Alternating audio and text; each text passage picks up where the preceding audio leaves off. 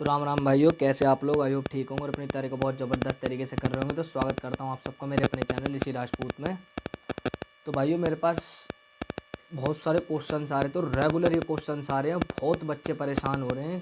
4 point तो इतने ज़्यादा आ रहे हैं जिनको लेकर मैंने भी सोचा मैं फिर से एक बढ़िया वीडियो लेकर आता हूँ, क्योंकि कुछ एक अपडेट भी आया है और कुछ ऐसी प्रॉब्लम्स हैं जिनके लिए बच्चे, हाँ मैं मानता हूँ, बहुत ज़्यादा परेशान है। तो उस परेशानी को दूर करने के लिए वीडियो लेकर आया हूँ। वीडियो का एंड तक ज़रूर देखना। क्या है वो 4 पॉइंट्स, तो सारी बात करेंगे आज इसी एक वीडियो में। वीडियो लास्ट तक देखना, बिल्कुल भी स्किप मत करना। बाद में फिर आप परेशान होगे तो उस चीज़ से कोई फ़ायदा नहीं, बिल्कुल स्किप मत करना। तो स्टार्ट करते हैं वीडियो। पहला पॉइंट सबसे ज़्यादा ये आ रहा है, किन गलतियों की वजह से होंगे भाई फॉर्म रिजेक्ट। आपको पता है बीएसएफ एचसीएम में 8 लाख फॉर्म भरे गए हैं। तो ऐसी क्या गलती हुई है जिनकी वजह से बीएसएफ बिल्कुल 101% फॉर्म रिजेक्ट कर रही है बिना कुछ सोचे समझे। दूसरा, पीएसटी और PET physical standard test, physical efficiency test इस बार दोनों हैं। पहले केवल फिजिकल एफिशिएंसी या स्टैंडर्ड कहते हैं, मतलब नपाई तुलाई थी। इस बार फिजिकल भी है और नपाई तुलाई भी है। तो स्टार्टिंग से लेके एंडिंग तक क्या क्या होने वाला है वो भी मैं बताऊंगा आपको। डॉक्यूमेंट वेरिफिकेशन में क्या नहीं करनी गलती, जब आपका डीवी होगा तो उसमें आपको क्या गलती नहीं करनी, क्योंकि फिजिकल के बाद ही होगा। इस बार ऐसा नहीं है कि जैसे पिछली बार पहले एग्ज़ाम का बोल के फिजिकल ले लिया, इस बार फिजिकल ही होना, आप कोई चेंजमेंट के चांस नहीं है। चौथा पॉइंट ये आ रहा था, फॉर्म भरते वक्त जिन भाइयों से गलती हो गई है, जिन स्टूडेंट से गलती हुई है फॉर्म भरते वक्त, अब उसका क्या होगा, क्या उसमें कुछ बचाव के चांस हैं, उस बारे में बात करेंगे। पाँचवा पॉइंट था, इसकी फ़िज़िकल की डेट कब आने वाली है, बीएसएफ हेड कांस्टेबल मिनिस्ट्रियल की फ़िज़िकल की डेट कब आने वाली। तो स्टार्ट करता हूँ पूरी वीडियो। आपसे फिर गुजारिश है, पूरी वीडियो में बने रहना, बिल्कुल भी स्किप मत करना, ध्यान से सुनना, सारी बात इंपॉर्टेंट बातें हैं। और हाँ, अगर वीडियो अच्छी लगे तो चैनल को सब्सक्राइब कर लेना, बेल आइकन प्रेस कर लेना, ताकि आपको more information up to date मिलती रहे। तो स्टार्ट करते हैं। सबसे पहला पॉइंट, की वजह से आपका होगा फॉर्म रिजेक्ट। देखो, जो आपको पता है, आपने जो एप्लीकेशन फॉर्म भरे हैं, नोटिफिकेशन में भी इस बात को लेकर क्लियर मेंशन्ड है, जो आपने एप्लीकेशन फॉर्म भरे हैं, अगर उसमें आपका नाम, candidate name, DOB, date of birth, father's name, पिता का नाम मिसमैच होता है, ये तीनों चीज़ अगर मिसमैच होती है, या फिर आपकी फ़ोटो में कोई समस्या होती है, या आपके सिग्नेचर मिसमैच होते हैं, तो आपका फॉर्म रिजेक्ट हो जाएगा। आप किसी भी कीमत पर नहीं बचाए जाएंगे।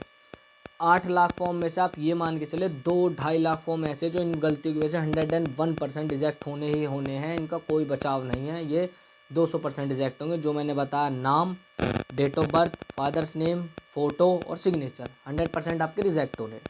दूसरा, बायोमेट्रिक को लेके समस्या आ रही थी।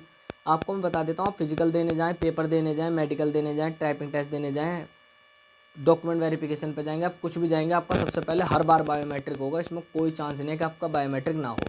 बायोमेट्रिक से मतलब आपका फॉर्म भरते समय आपके अंगूठे लगे थे, उस तरीके से आपका बायोमेट्रिक चेक होगा। अगर उसमें कुछ समस्या पाई जाती है तो आपको सस्पेंस लिस्ट में डाल दिया जाएगा और आपको आगे प्रक्रिया में कहीं भी नहीं बुलाया जाएगा, आप वहीं फेल कर दिए जाएंगे। ठीक है। तीसरा पॉइंट, तीसरी बात मैंने आपको बताया, जैसे नेम है, डेट ऑफ बर्थ है, फादर्स नेम है, इन सब के चलते आपका फॉर्म रिजेक्ट होगा। 8 लाख फॉर्म है तो फॉर्म 2-2.5-3 लाख फॉर्म ऐसे ही झटके से रिजेक्ट हो जाएंगे, आपको पता भी नहीं पड़ेगा।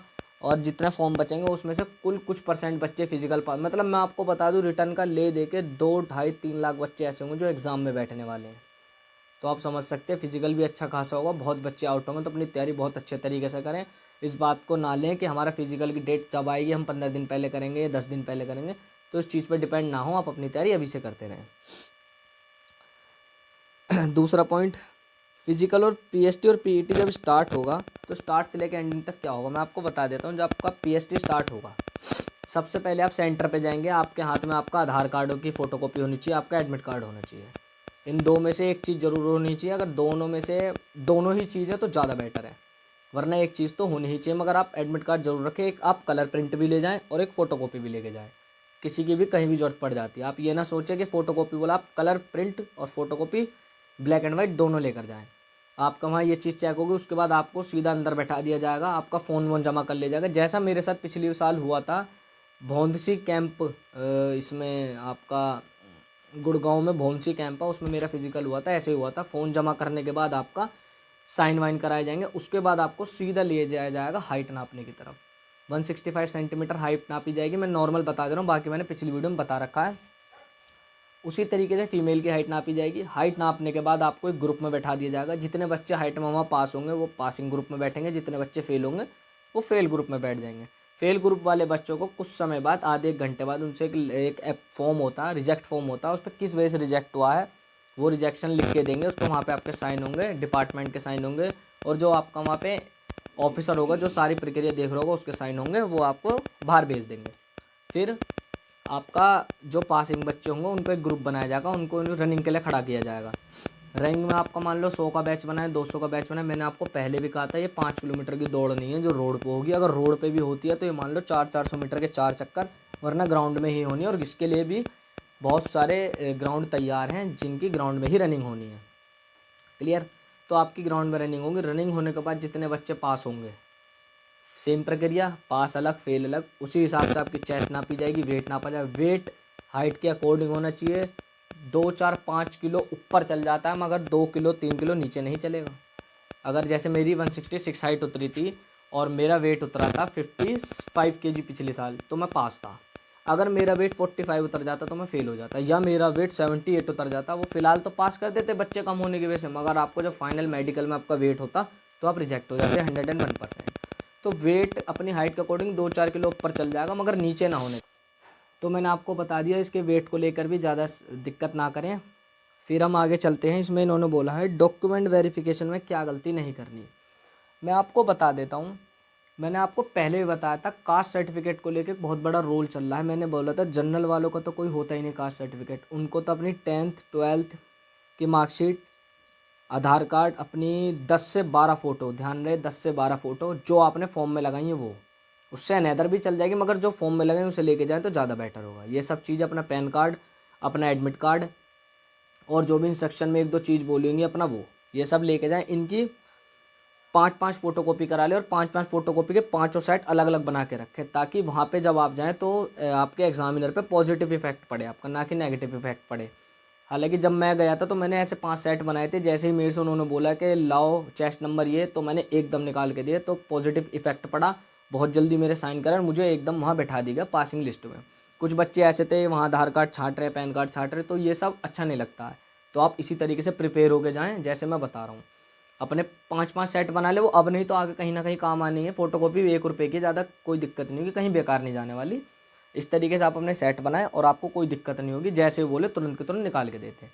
ओबीसी वालों में कास्ट सर्टिफिकेट मैंने आपको बताया, अगर आपने स्टेट का लगा दिया है फॉर्म में और अब आप सेंट्रल का आपने अप्लाई कर लिया, सेंट्रल का बन के आ जाता है, तो आप स्टेट का भी लेके जाएं, सेंट्रल का भी लेके जाएं। आप उनको ये बताएं सर उस टाइम हमने स्टेट लगा दिया था, हम पे स्टेट था, अब हमारा सेंट्रल का बन के आ गया, वो इसका ये रहा सेंट्रल का, तो कोई दिक्कत नहीं होगी। अन्यथा अगर आपका नहीं होता है ऐसा और कास्ट में कोई समस्या आती है तो आप जनरल में काउंट हो जाएंगे। अगर 1 नंबर भी आपका कम है तो आप रिजेक्ट हो जाएंगे। तो समझ रहे हैं आप कितनी बड़ी समस्या हो सकती है जनरल और ओबीसी में। तो अपना सर्टिफिकेट पे ज़रूर ध्यान दें।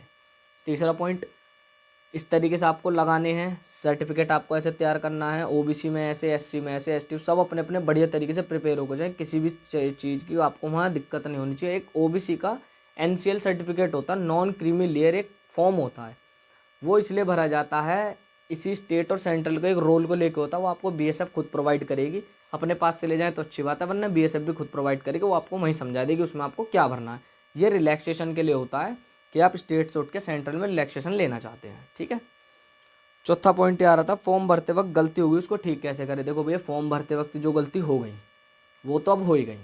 अब तो आप ये मान के चलो, भगवान पे भरोसे वाली बात है, अगर आपका फाइनल एडमिट कार्ड आ जाता है तो आप अपने आप को ये मान के चलें आप बहुत बड़े खुशनसीब हैं, आप फिजिकल देने जा रहे हैं। वरना मैंने आपको बताया किन किन गलतियों पे आपका फॉर्म रिजेक्ट हो रहा है।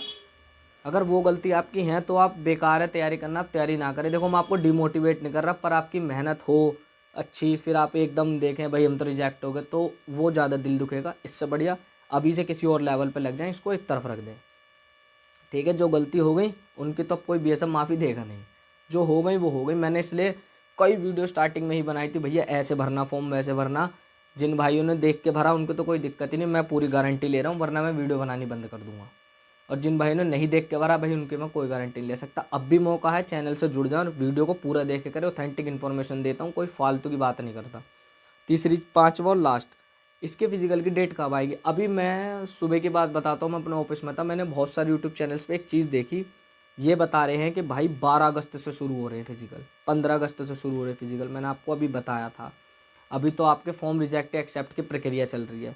कुछ समय बाद साइड पे ये भी नोटिस आएगा आपका फॉर्म इतने रिजेक्ट और इतने एक्सेप्ट है, उसके ऊपर ही वीडियो लाऊंगा। अभी तो आप ये मान के चलें, मेरे हिसाब से अगर होता भी है ना कुछ ऐसा, एडमिट कार्ड आपकी डेट आती है, कोई नोटिफिकेशन आता है, तो 25 अगस्त के बाद मानो कोई नोटिफिकेशन आएगा। सितंबर, मेरा तो देखो मेरा अपना आंकड़ा, अभी मैं किसी को कुछ नहीं कहता, मैं भी कोई एक्सपेक्ट बिल्कुल फाइनल नहीं बता सकता, एक्सपेक्ट बता रहा हूँ। सितंबर लास्ट या अक्टूबर शुरू में फिजिकल होने के तो चांस हैं, पर मैं ये कह दूँ 25 तारीख के बाद से ही है, तो अभी तो कोई मतलब नहीं बनता, और हो गए तो मैं भी कुछ नहीं कह सकता। बाकी मेरे आंकड़े, मेरे अनुमान के अनुसार जितने मैंने फिजिकल दिए हैं और जब से मैं वीडियो बना रहा हूँ, जितनी इन्फॉर्मेशन मैं लाता हूँ, अभी 25 तारीख के बाद तो कोई चांस नहीं। नोटिस आ सकता है, उसके 10 दिन बाद हो जाए, 5 दिन बाद हो जाए, नोटिस आ सकता है, पर स्टार्ट नहीं होंगे, गारंटी है।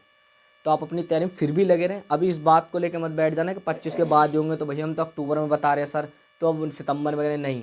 कल से ही स्टार्ट करो, मैं तो कहता हूँ आज से ही करो, और अपनी तैयारी को अच्छे तरीके से करो। मैंने आपके सारे डाउट क्लियर कर दिए, जितने भी आपके डाउट लेके आए थे। इसके बाद भी अगर आपको कोई समस्या है तो आप ज़रूर मेरे को मैसेज करें। मिलता हूँ आपसे अगली वीडियो में। जय हिंद।